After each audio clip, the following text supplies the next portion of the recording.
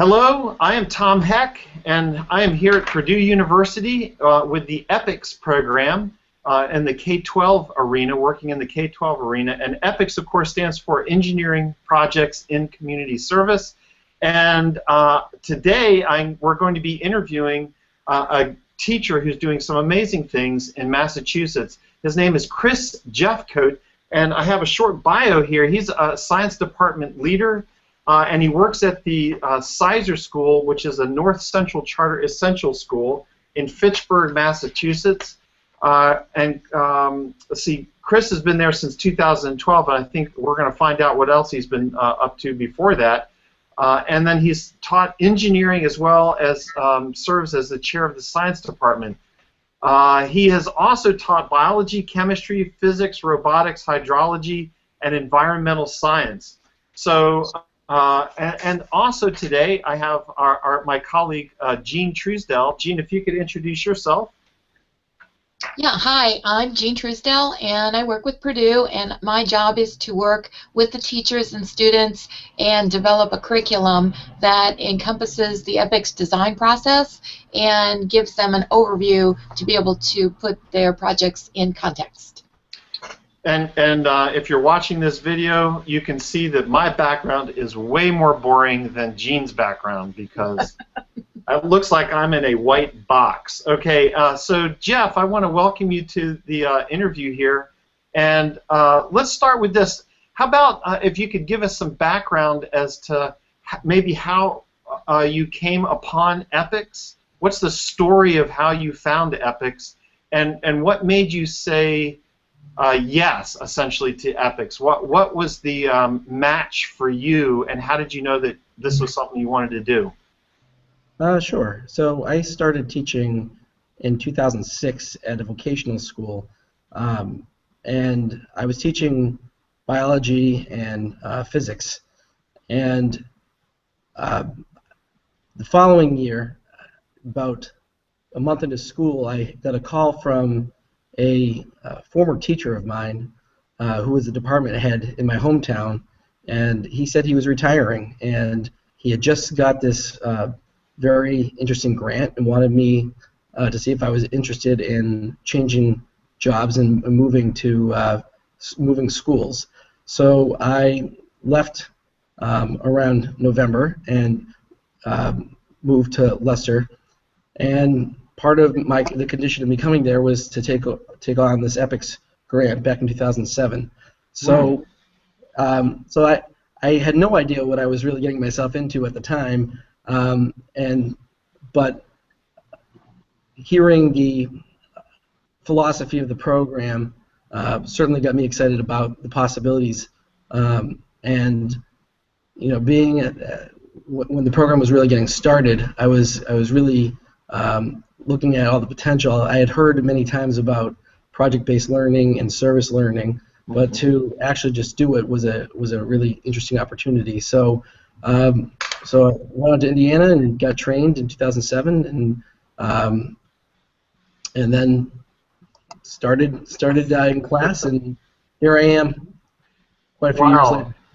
So you, at 2007, Jean, if I've got this right, that was right at the leading edge of this. This is right when everything started. And I should point out, as of this video, we're recording, by the way, on December 18th, 2014, and I've only been with Purdue since August of 2014. But Jean, if you could give a little history, what's the background of EPICS at that point? Well, EPICS began obviously at Purdue University in 1996, and it began as a way for college students to get experience and real-life, authentic experience with the engineering design process. And so what happened is in 2006, some of the EPICS alumni decided that it might be a really good idea to see if it could be brought into the high school level. And so from then on, it just started to bloom and blossom, and we have schools all over the country now and who are doing EPICS. And working with their communities to make sure that they have authentic learning for the students, but also serving the needs of the community through engineering design. Right, right. So you, Jeff, I'm sorry, Chris. I'm probably going to do that more than one time. I apologize. Chris Jeffcoat. Man, I want to say Jeff Chris Coat, but that doesn't work. So Chris Jeffcoat, you have been with this like on the bleeding edge since the very beginning, and have seen probably more than almost any teacher out there. We have a handful of teachers who started right there, and you're one of them. So I'm wondering now if you can tell us sort of the difference from when you started as an EPICS teacher and how you have grown the program or grown your understanding of what EPICS can do for students. So from the very beginning of when you said, oh, okay, I'm going to start to do this EPICS thing, and now, what has transpired? What has gone through as far as your evolution with teaching this? You know, really, at first I had no idea. I was figuring out who I was as a teacher, as I was figuring out who I was with the EPICS program. And what I saw was that students that people told me never did work, and students that said, well, that student doesn't typically do anything for me. And I was shocked because they worked for me every day. There was a dichotomy of the class I was teaching. I was teaching at first chemistry, where I felt like I was constantly having to tell the kids what they were going to learn. And then at the same time I was teaching an EPICS model of an engineering class where the kids would come in and say, we need to learn circuitry because that's what our project entails. So the students would actually come in and ask me to teach them content, which had never happened in my career. So I quickly started to figure out why it was effective and what was working. And I think, as Jean said, the authenticity is the key. The students, teaching is as much about marketing as anything else, and the students need to know that we're not wasting their time and that we trust and value them. And when you give the students a real-world problem then they're going to develop a real-world solution. You don't have to sell that. They understand the effects of that, and it's probably something that they haven't experienced very often in their lives, let alone their educational careers. So I got bitten by the EPICS bug, and I left Leicester a couple of years later amidst some economic collapse in that time, and started a program at the following school I was at, which I was at for 2 years, and kind of followed around layoffs. But everywhere I went, I insisted that I had to do an EPICS program and get that started and run that program. And when I chose to come to the school in 2012, it was the mission of our school here, Think, Care, Act, and I said, Think, Care, Act, that is absolutely what EPICS is.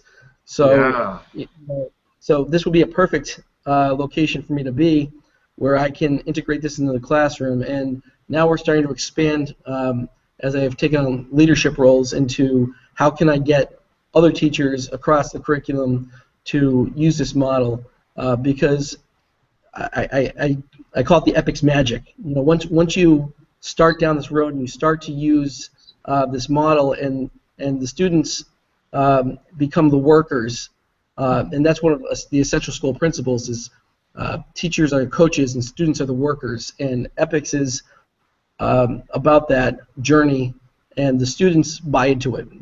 And easily, there's no selling. Wow. You have just given us some awesome quotable quotes, Chris. That's really great. So I know Jean's got some questions around curriculum, but I'm wondering if you can share with our viewers just describe your school, like how many students, how many periods a day do you teach? I know that you're at a charter school. Is that correct? That's correct. Yep. Yeah. So if you can kind of just give us an outline of the size of the school, number of classes that are held during the day, how long the classes are, because one of the questions that I get sometimes is, will this work within our school? And then also, if once you do that, can you also share how EPICS is delivered? In other words, is it delivered as a club? Is it delivered an after-school club? Is it tied in, woven into another class? Like I know you've taught chemistry and biology and all these other things. Or is it a standalone? All three of these that we have seen, Jean and I have seen as we've traveled around the country, there's lots of different ways to deliver this program. I'm curious, one, about the structure of your school, and then two, how EPICS fits into that. Yep. So we are a charter school, so we're a publicly funded school, and a school of choice. So students have to sign up to come here, but it's not selective. It's a lottery system. So students sign up, and if we over-enroll, there's a lottery system to get into our school. So our charter is for 400 students, 7 through 12, and we have about 370 right now. So, and they come from about 30 different towns in the surrounding area, from Fitchburg, which is a city, and Leominster, Massachusetts, which is a city, to some very rural towns as well. So we have a very diverse population in terms of where they grew up and the socioeconomics of this area. As far as our students definitely tend to be students that were missing something in the public schools from the sending districts they came from, and come here for personalization and specifically usually for smaller class sizes, as our classes tend to be 16 to 18 kids rather than some of the sending districts where they're 28 kids. As far as the structure of our day, we have a fixed 7-period. I'm sorry, I'm losing my mind. We have a fixed 6-period day, and each class is 52 minutes. So the students have the same 1 through 6 period every single day. The way that we employ EPICS is hopefully changing. Every school I've been at, it's been a Chris Jeffcoat run program, and I'm really looking forward at this school to making it really a best practice if possible, because I think it's easy to have a person who is the EPICS person, but I see a lot of opportunity where this model could go into classes, and we have advisories as well, which are like homerooms, where that could work as well. So right now, all freshmen take technology engineering, and throughout their technology engineering class, I put in 2 EPICS projects. So there's one early on in the year, and then there's a semester-long project that they do in semester 2. Because of the success last year, we also added a Engineering 2 class for juniors and seniors, and that's where we use specifically the EPICS curriculum. And it's a half-year class, but the class is nothing but an EPICS project that the kids pick and do throughout the whole semester. This year we're expanding, so the physics and chemistry classes are also going to be doing a nanotech project along with the freshman engineering class. So it's going to be integrated into those classes as well, and hopefully in the future, all high school classes and maybe eventually the middle school classes will move into having EPICS projects. Awesome. Awesome. That's great. So I know Jean's got a question about curriculum, especially because when you first started, there really, and to get trained, the curriculum was not as expansive as it is now since Jean has come on. And so, Jean, I wonder if you could ask that question. Yeah, so Chris, you've been using, I know we rolled out the first piece of the curriculum this last summer, and just wondering if you found the curriculum and the documents aligned to your state standards and the national standards, and if it helps you to frame the design process better than when you're having to create things on your own. So just wondering if you can explain a little bit more about how you're using the curriculum. Yeah, I think like most veteran teachers, I think I use it more as a model. So I don't follow it. You could. I don't follow it. Specifically.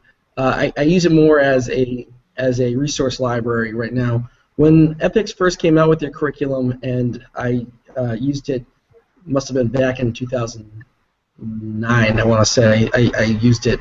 There was no supporting material really, so everything that I needed I created.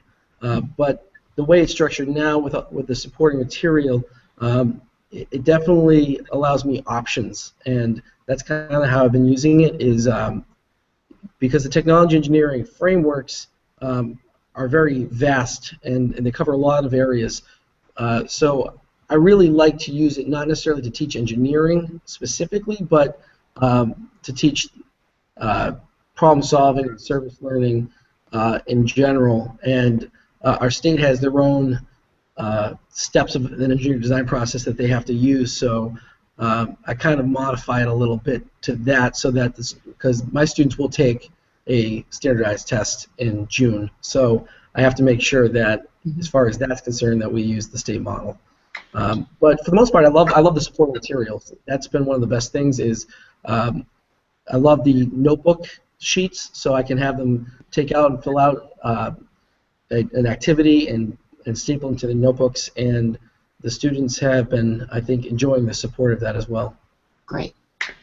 Yeah, that's great. And I think, Jean, if you could comment on that, about the sort of the way that you have designed the curriculum, because it is, well, it's flexible. Let me put it like that. So maybe you could just briefly talk to or address that piece. Is that what is possible for, or what is your expectation as a curriculum developer for a teacher out there using this curriculum? Well, it was because EPICS has so many different ways of it being presented to students. It can be as an after-school club. It can be as a standalone class. It can be integrated and woven into AP Physics or Chemistry or whatever. So we had to make sure that it basically hits an overarching of the design process, the EPICS design process. So I wanted to make sure that it was best practices, which utilizes the notebooking, which is the reflective practices that we know is researched. We also wanted to make sure that it aligned with the next generation science standards and the science and technical writing that goes along with the English language arts standards and mathematical practices. So we wanted to make sure that it was all inclusive as far as those pieces. So saying that, it really is an umbrella. So the content is specific to whatever project you're doing, but the engineering design process stays the same. So when you're working through your process and your project, you will have specifications. So there are documents that are created where your students are able to go through and determine specifications. There are budget sheets, so the students are working through interactive budget sheets. There are also reflectives, plus also in the design process of EPICS, there are gates that the students have to go through, and so they present, which incorporates the speaking and listening, writing and reading skills that are so essential to the 21st century skills and the English language arts process that's going on. So it's not just content, and it's not just content driven, it's process driven, which also makes it authentic and makes students better as far as being able to function and learn processes that will help them in the real world. Yeah. Well, it's so I want to maybe launch from here, Chris, and ask you a question about you said a moment ago that you have students come in and say, I need to learn how to solder or create this specific kind of circuit, this type of thing. And one of the things that I think that is both beautiful about EPICS and at the same time maybe terrifying about EPICS, maybe terrifying is too strong a word, is that because this program is driven, this curriculum is driven by the interest of the students. In other words, it starts with a needs assessment, and Jean can correct me if I'm wrong, but it starts with the students going out and trying to find a need that needs to be filled. Well, what happens when you're a teacher who does not, or a person for that matter, who does not understand how to solder or does not understand how to do industrial design, or what do you do if your students say, oh, we need to create a solar lighting solution to this thing, or we need to weld something, and you don't have these skills. So I'm curious about you, Chris, because where I'm heading to this is ultimately, what does it take as a teacher to do this well? In other words, what are the characteristics that you think it takes to teach EPICS well? And one of them, I think, is an indicator of dealing with these unknowns, because EPICS is unlike chemistry. You taught chemistry and biology, and if you're teaching chemistry to 10th graders or 10th graders, 11th graders, you know where you're going to start at the beginning of the year and where you're going to get to at the end of the year, and pretty much you know what's going to happen. Mm-hmm. With the curriculum that Jean has created, you're going to go through the design process, but how do you deal with the unknowns? Can you address that? Absolutely. I find that the model can be what you need it to be in terms of there are many times where I've gone out and found directed projects to teach a specific area. For example, this fall my students built winter garment racks because I have to teach them about building materials and structure and proper usage of tools. So I have a very targeted standard I need to teach. But what we did is we built these winter garment racks in order to do a drive, which we're going to be doing right when we come back from Christmas, in order to gather hats and mittens and scarves so that we can donate both the racks and the scarves and the hats and mittens to places that need them. So, in that case, it didn't start with a needs assessment necessarily with the students because I had a very specific standard and target I needed for that type of a project. On the other hand, and I wanted to get a flavor for both, so in the spring, that's why I have them do a semester-long project that they choose, because that allows them the opportunity to experience the whole entirety of the process. As far as what teachers need, a lot of that has to do with the teacher's mindset. You need to be humble. I think what this teaches students about learning is that they say, well, you're smart, you're a smart guy, you have all the answers, and then they get to see that can't be further from the truth, because smart is not what you are. It's how you tackle things, and the students get to see that. I don't know how to build a circuit, or one project we did a few years ago, we put a motion detector in a TV so that for a museum, when you walk by, it turned on and talked about energy savings. And I had no idea how to do that. But what it does is it allows me to be resourceful and the students to be resourceful, because I guarantee that someone in the learning community or in the immediate area knows how to wire a TV. And I don't have to be the expert. And not only that, it's even better because the students hear my voice every day. So to hear a different voice is another opportunity. So we learned about how to be resourceful. When we did thermal imaging of low-income housing, when I did a project around that, I had the utilities company come in and teach my students how to use a camera.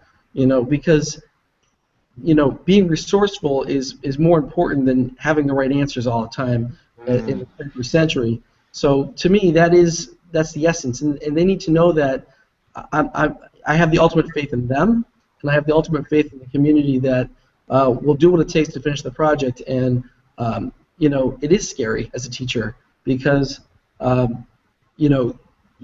there's this idea that you lose control when you're not the sage on the stage, but the reality is that teaching students how to be long-term learners is about finding information in efficient ways, and helping the students through that process creates, I think, better students, period, and empowers them to say, hey, you know what, I just watched an MIT lecture that I saw on YouTube because I needed to know this, and I'd say, wow, I have no idea what you're talking about, but I'll watch it too.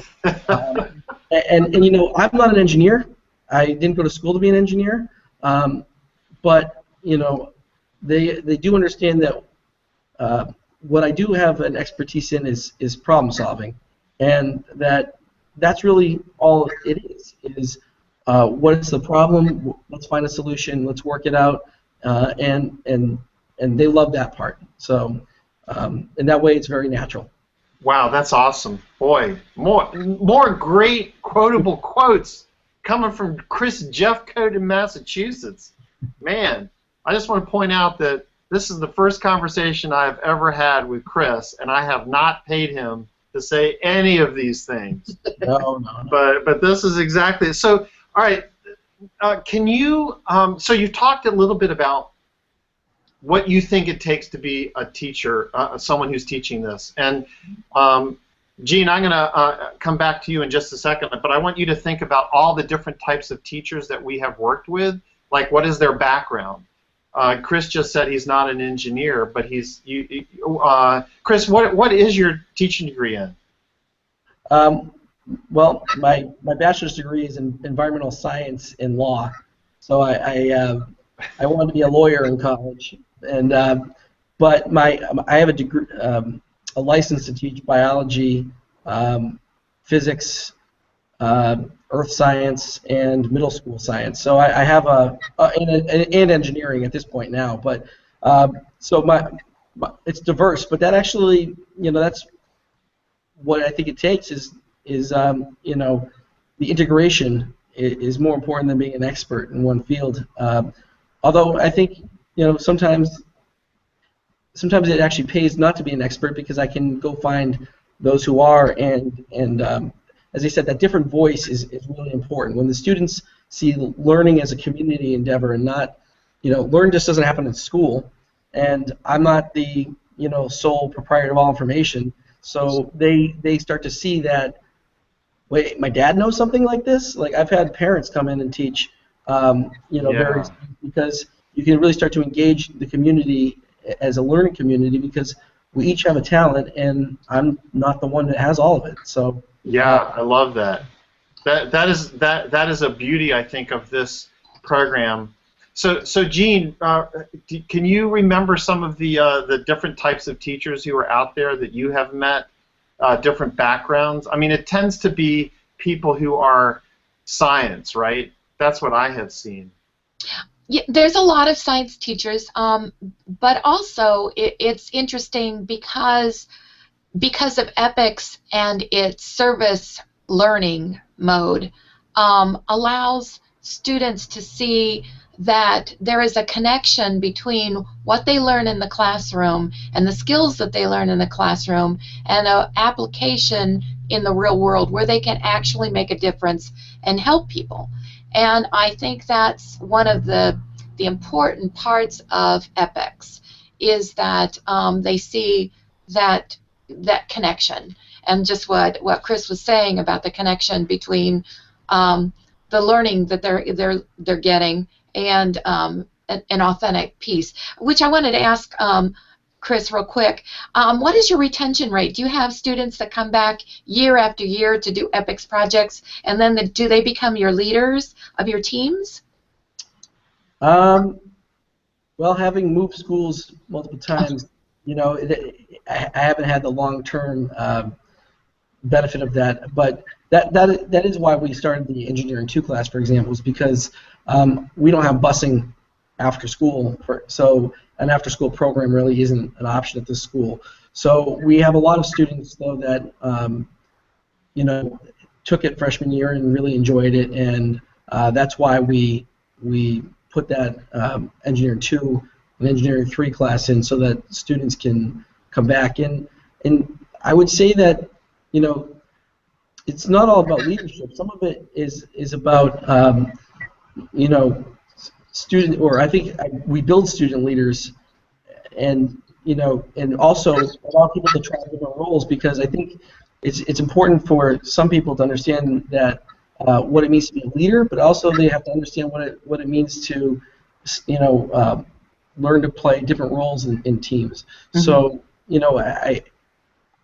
I'm looking forward to hopefully a long-term program, and it'll be interesting. Hopefully we can get a program going in the middle school and see how it grows throughout, because if I have students that come in as ninth graders that have been part of it for 2 years, then that's gonna, I think that it's gonna really take off and make it something that gets bigger and bigger every year.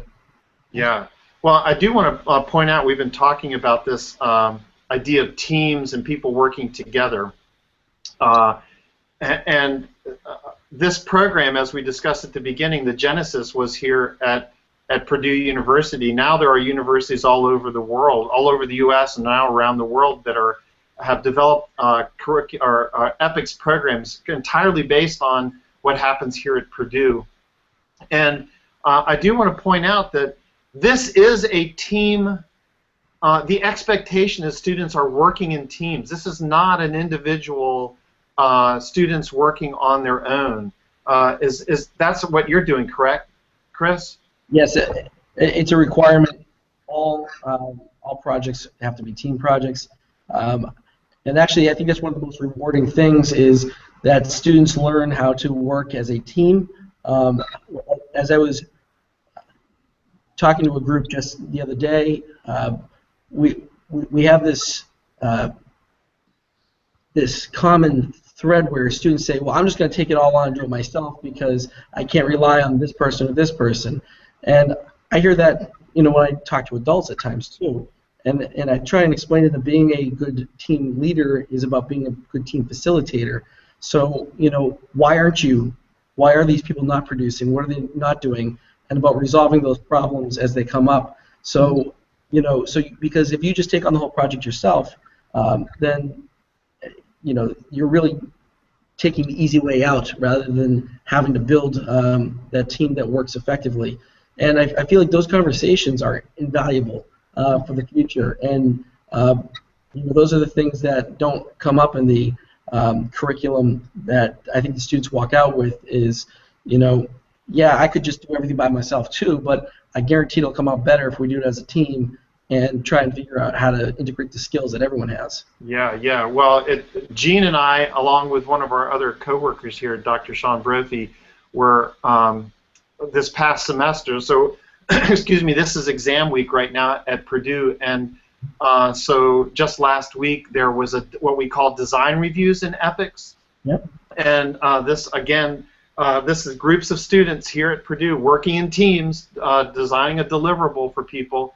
And we had 3 people from a major company, and if I said the name of it, you would immediately recognize it. And so we have lots of people come from off campus, from industry, during the whole week of design reviews. So there are over 400 students right now enrolled in EPICS, and even more that are going to, apparently the program I just found out yesterday is going to be growing as far as the number of students it serves. But all of these 400 and some students are divided into small teams of 10, usually less than 10, working on deliverables.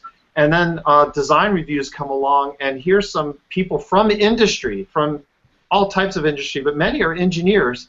And I sat down with at lunch with 3 of these from the guys from the same company, and they said during the interview process, and this is a very large corporation that hires some of probably more engineers than almost any organization in the in the U.S.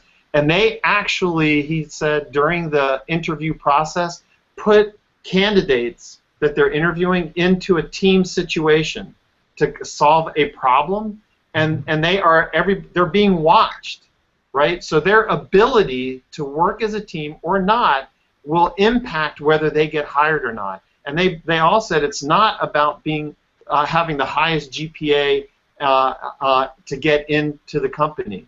You know, it's also your ability to work well with other people. So this is one of the things that I think that is outstanding about EPICS. Well, before we go too far on that, I know we're getting close to the end of our time together, and I had one question about administration. So for an administrator, in fact, I just got an email this morning from an administrator who's looking at EPICS.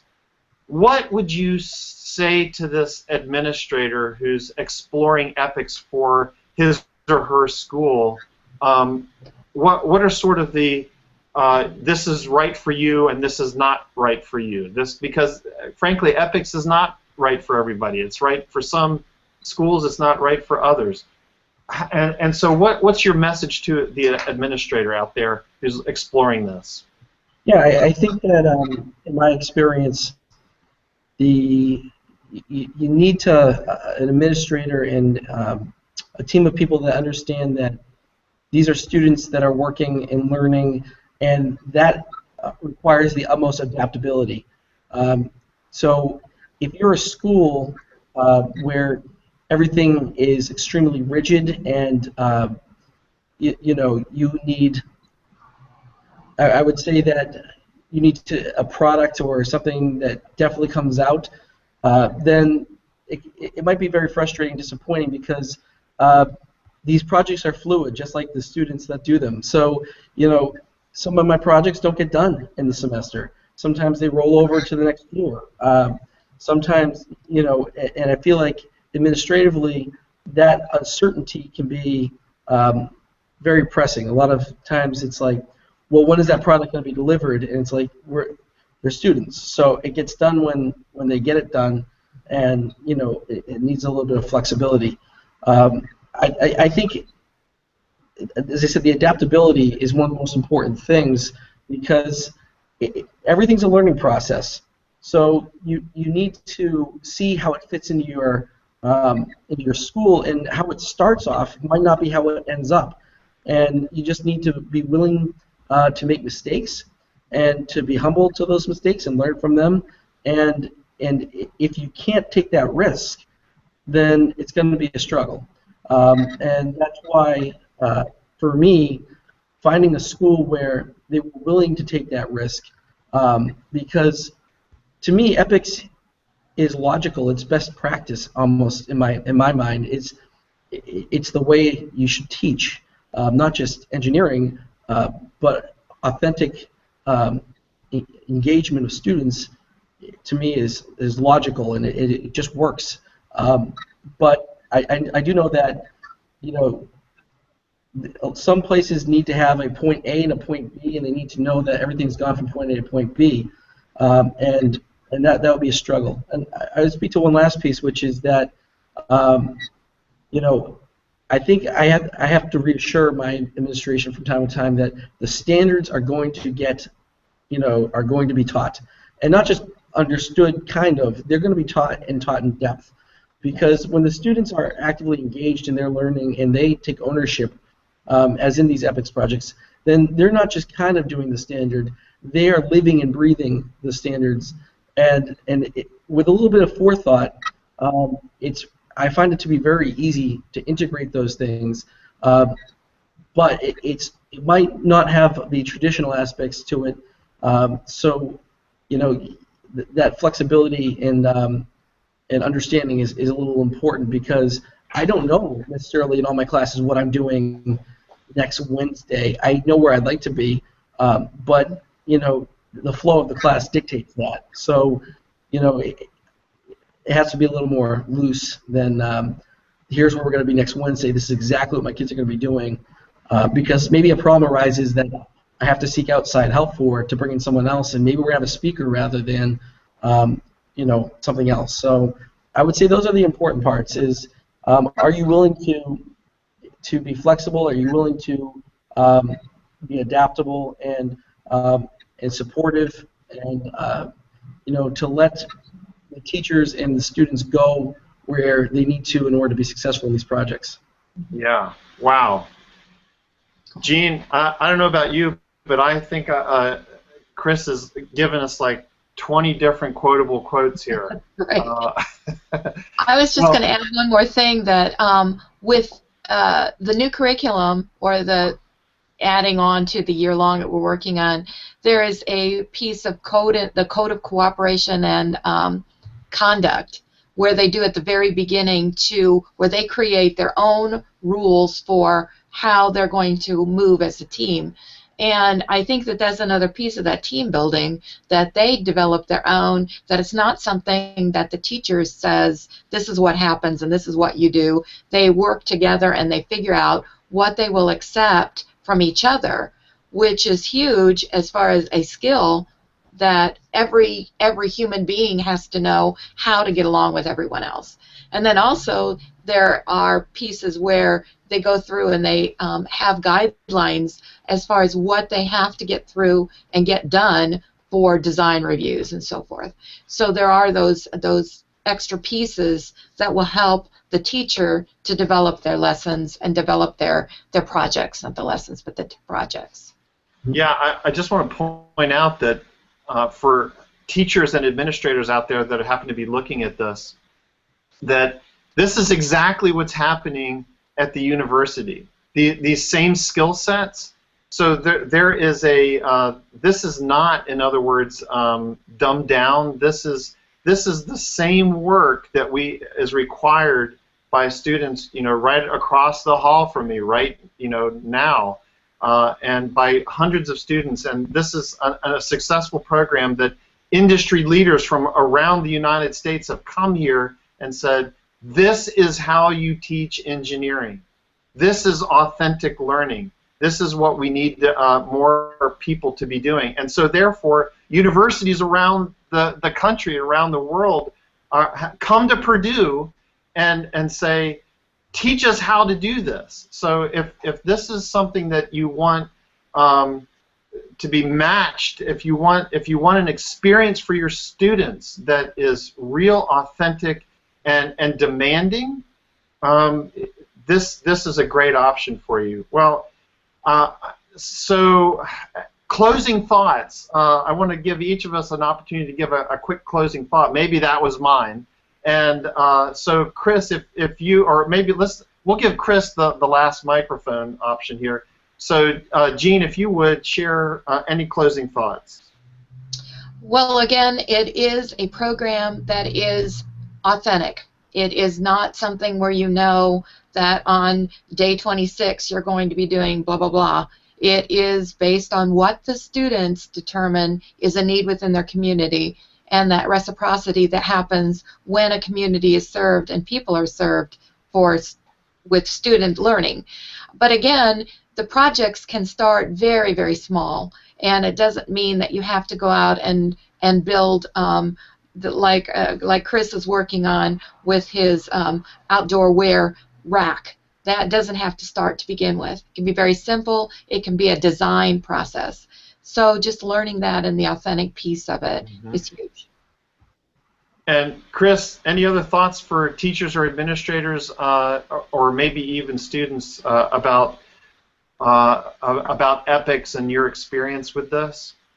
Yeah, I think I would say that this program is been a launching point of my career, and it's been something that you say there's so many quotes, but all of that to me is genuine, and I believe in it more than anything, because I hear a lot of times people say things like, our students these days this or that, and our students these days don't listen, our students these days don't do, they're not as motivated. But I find that to be disingenuous, because I feel like the students these days, demand authenticity. They demand the ability to make a difference, and they demand engaging curriculum where that they are respected. And I feel like I learned very early on as a teacher that when you satisfy those basic needs,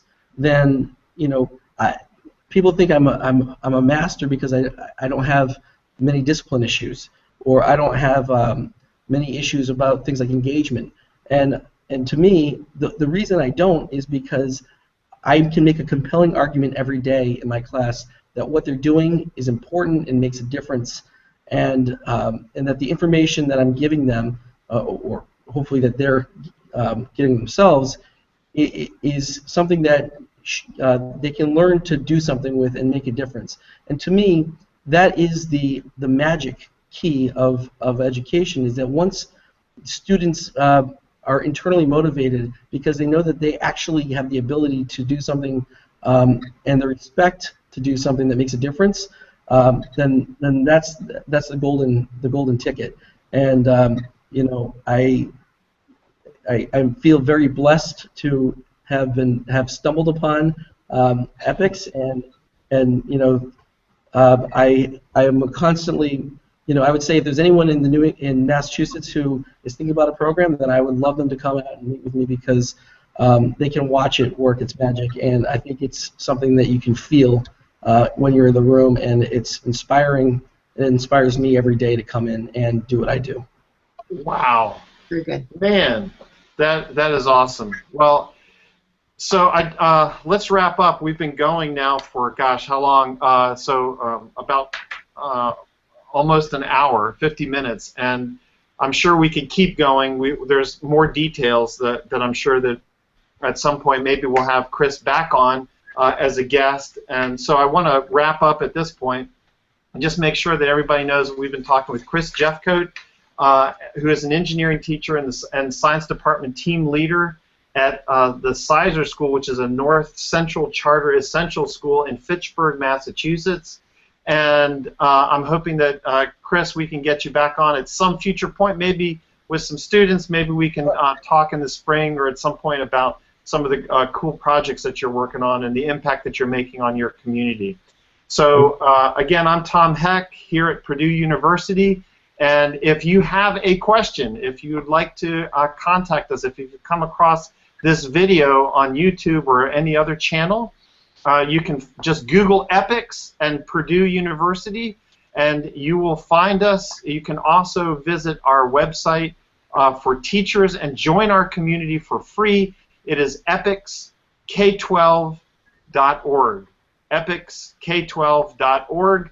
And I look forward to communicating with all of you and supporting the good work that you're doing, and would love to talk with anyone, Jean and I would, with anyone who's contemplating looking at the EPICS program for your school or your community, or even your after-school program, out-of-school program. So thanks again, Chris and Jean. Just going to say bye to everybody, and look forward to talking with everyone again soon. Bye-bye.